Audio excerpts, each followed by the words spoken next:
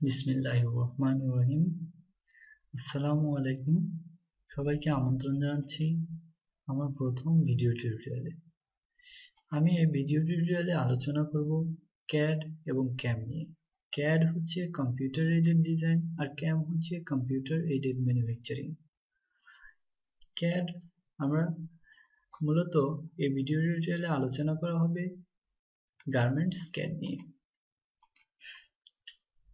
CAD এর বিভিন্ন ধরনের সফটওয়্যার রয়েছে, যার মধ্যে রয়েছে ল্যাক্ট্রা মডারিস, যা প্যাটার্ন তৈরি করার জন্য ব্যবহার করা হয়, ল্যাক্ট্রা ডায়ামিন্স মার্কার মেকিং তৈরি করার জন্য, আর বেজি প্রিন্ট হচ্ছে মার্কার প্রিন্ট করার জন্য। এখানে এই পর্বে আমরা আলোচনা করব ল্যাক্ট্রা মডারিস দিয়ে কিভাবে প্যাটার্ন তৈরি করা যায়।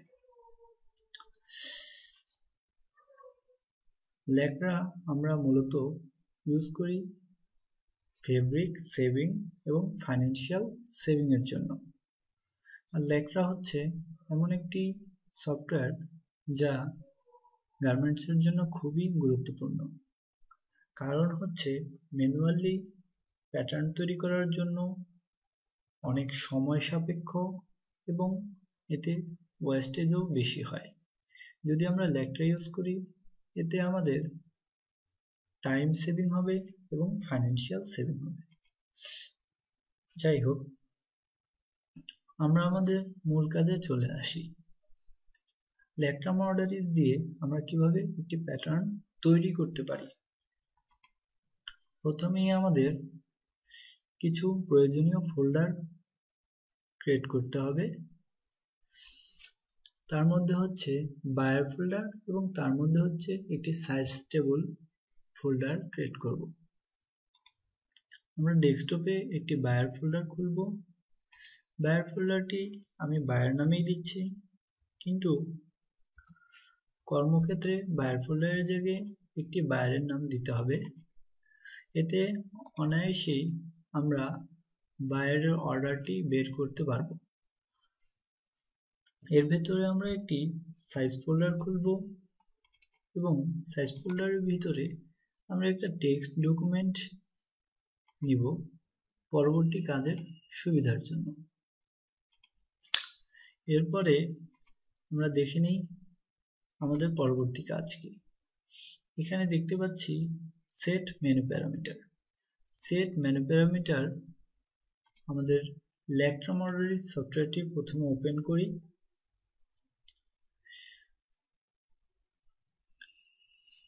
ল্যাক্ট্রা মডারিসে আমরা ওপেন করেই দেখতে পাচ্ছি যে সকল মেনু বার গ্রাফিক্যাল মোডে দেওয়া। এইরকম গ্রাফিক্যাল মোড আমাদের জন্য বুঝতে অনেক কষ্টকর, যার জন্য আমাদেরকে এগুলো লিখিত আকারে নিয়ে আসতে হবে। লিখিত আকারে নিয়ে আসার জন্য আমরা প্রথমেই কনফিগারে যাব।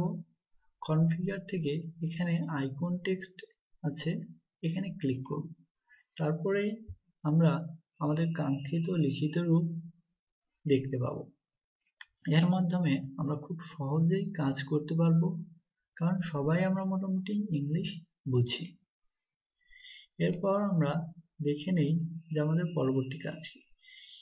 আমাদের দ্বিতীয় ধাপে সেট ইউনিট আছে। সেট ইউনিট কেন করব? কারণ আমরা প্যাটার্ন তৈরির জন্য যে একটা ইউনিট আমাদেরকে নির্ধারিত করতে হবে, আমরা কি এটা সেন্টিমিটারে করব না মিটারে করব। আমাদের কাজের সুবিধার্থে আমরা এটা ঠিক করে নেব। প্রথমে আমরা প্যারামিটারে যাব। প্যারামিটার থেকে আমরা লেন্থতে ইউনিটে হোভার করব। হোভার করে আমরা সেন্টিমিটার মিলিমিটার যেটা আমাদের দরকার সেটা আমরা সেট করে নেব। তারপরে এখান থেকে স্কেল ইউনিট, এরিয়া ইউনিট, এগুলো সবই সেট করে নেব। আমি সবকিছু সেন্টিমিটার স্কোয়ারে সেন্টিমিটারে সেট করে রেখেছি। এর পরবর্তীতে আমরা দেখে নেই যে আমাদের পরবর্তী কাজ কি। এর পরবর্তীতে কাজ হচ্ছে set access path. Set access path হচ্ছে এমন একটি পাথ যেখানে আমরা লেখার যাবতীয় যা কাজ করব সকল কিছু সেখানে সেভ হবে। চিঠি পাঠানোর জন্য যেমন একটা অ্যাড্রেস দরকার, তেমনি লেখার দ্বারা আমরা যা কাজ করব সেটা কোথায় সেভ হবে, কোথায় থাকবে, সেটা আমাদেরকে লেখায় লোকেট করে দিতে হবে। তার জন্য আমরা প্রথমেই ফাইলে যাব। ফাইলের নিচের দিকে আসলে আমরা দেখতে পাবো যে এক্সেস পাথ নামে একটি মেনু আছে। এখানে ক্লিক করলে আমরা একটি নতুন উইন্ডো পাবো। এখানে আমরা ওপেন মডেল এর উপর ক্লিক করব। ক্লিক করলে আমাদের ডেস্কটপের ফোল্ডারটি খুঁজে বের করব।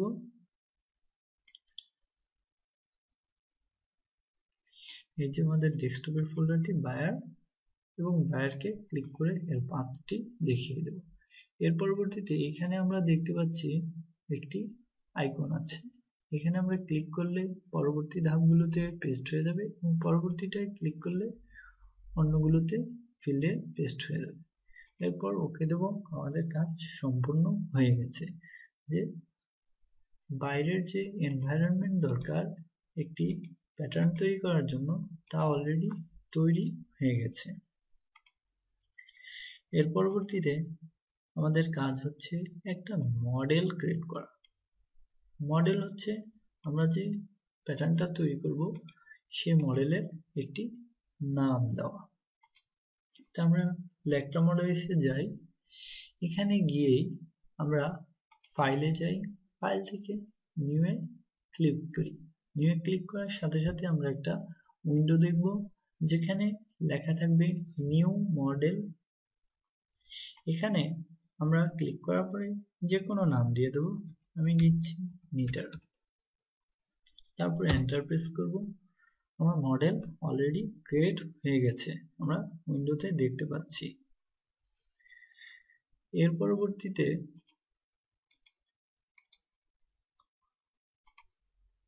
আমরা দেখে নেব কি করতে হবে। Display title block. Display title block আমরা দেখানোর জন্য প্রথমে ডিসপ্লেতে যাব, তারপরে এখানে টাইটেল ব্লকে ক্লিক করব। সাথে সাথে আমরা দেখতে পাচ্ছি নিচে একটা টেবিলের মতো ক্রিয়েট হয়েছে, যেখানে আমাদের কাজের সবকিছুর যে ডাটা সেগুলো শো করবে। এরপর ডিসপ্লে টাইটেল ব্লকে আমরা সাইজে ক্লিক করব, যার মাধ্যমে আরো একটি আমরা টেবিল দেখতে পাচ্ছি যেখানে আমরা সাইজ ফোল্ডারটা লোকেট করব। এর পরবর্তীতে আমরা দেখতে পাচ্ছি একটি create size table. Create size table হচ্ছে আমরা যে বায়ার ফোল্ডার খুলেছিলাম তার ভিতরে একটা সাইজ ফোল্ডার, এই যে এখানে দেখতে পাচ্ছি একটা টেক্সট ডকুমেন্ট, এটা নিয়েছিলাম এই সাইজ ফোল্ডার ক্রিয়েট করার জন্য। সাইজ ফোল্ডার আগেই জেনে নিই। সাইজ ফোল্ডার দুই প্রকার, একটা আলফা সাইজ টেবল আর একটা নিউমারিক সাইজ টেবল। এই দুইটি টেবিলের মূল নিয়ম হচ্ছে নিউমারিক সাইজ টেবিলের শুরুতে নিউমারিক লিখতে হবে অবশ্যই ছোট হাতের, এবং আলফা সাইজ টেবিলের শুরুতে আলফা লিখতে হবে। আমি প্রথমেই শুরু করছি নিউমারিক টেবিল দিয়ে। নিউমারিক লিখলাম, তারপরে এন্টার প্রেস করব। এন্টার প্রেস করে আমরা সাইজ লিখব। একটা সাইজ দেওয়ার পরে আমরা একটা স্পেস দেব। স্পেস দিয়ে আবার একটা সাইজ দেব। এই স্পেস দিয়ে আরেকটি সাইজ লেখার উদ্দেশ্য হচ্ছে যে একটা সাইজ থেকে আরেকটা সাইজের ইন্টারভাল কত হবে। এর পরবর্তীতে আমরা আরেকটি সাইজ দেব যেখানে এই ইন্টারভালের শেষ হবে। আমি দিচ্ছি 20। তারপরে আমি এখানে স্পেস দিয়ে আরেকটি ইন্টারভাল দেব, দিলাম 4। এর পরবর্তীতে আমরা দিচ্ছি 32 স্পেস দিয়ে, যে আমরা যে কোনো ইন্টারভালই দিতে পারি আমাদের প্রয়োজনে, দিলাম 8।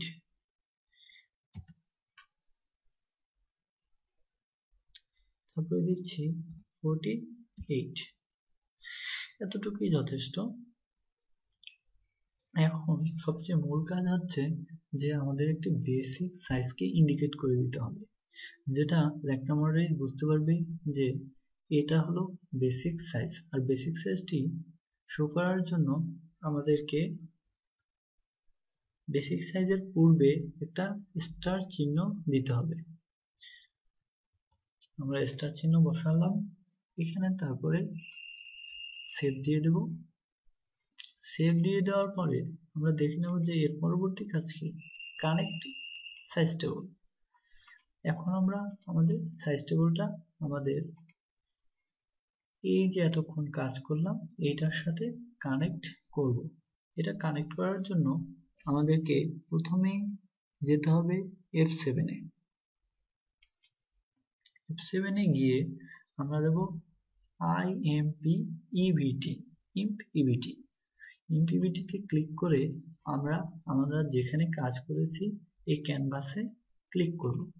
ক্লিক করার সাথে সাথে একটা উইন্ডো আসবে, যেটাকে আমাকে দেখিয়ে দিতে হবে যে আমরা সাইজ টেবলটা ক্রিয়েট করেছি, ওই ডাটাটা আমাদেরকে দেখিয়ে দিতে হবে। তাহলে আমরা দেখে নিই, ডেস্কটপে আমরা একটা বায়ার ফোল্ডার খুলেছি, এরপরে সাইজ টেবল। এই সাইজ টেবল এখানে কোনো টেবিল দেখাচ্ছে না, এখানে অনায়াসই দেখানো যাবে। এখানে যদি আমরা টেক্সট ক্লিক করি, টেক্সট ক্লিক করলেই আমাদেরকে দেখাবে, কারণ কি আমাদের ডকুমেন্টটা টেক্সটে, যার জন্য তখন দেখাচ্ছিল না। এখন আমরা টেক্সট ক্লিক করলেই এরপরে আমরা আমাদের এই যে কাজগুলো করলাম এই কাজটার এফেক্ট দেখার জন্য আমরা কিবোর্ড থেকে হোম প্রেস করব। হোম প্রেস করলেই আমরা আমাদের কাঙ্ক্ষিত সাইজ টেবিলটি দেখতে পাবো।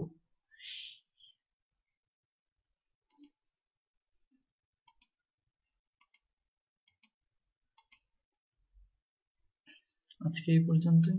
থ্যাংক ইউ সবাইকে।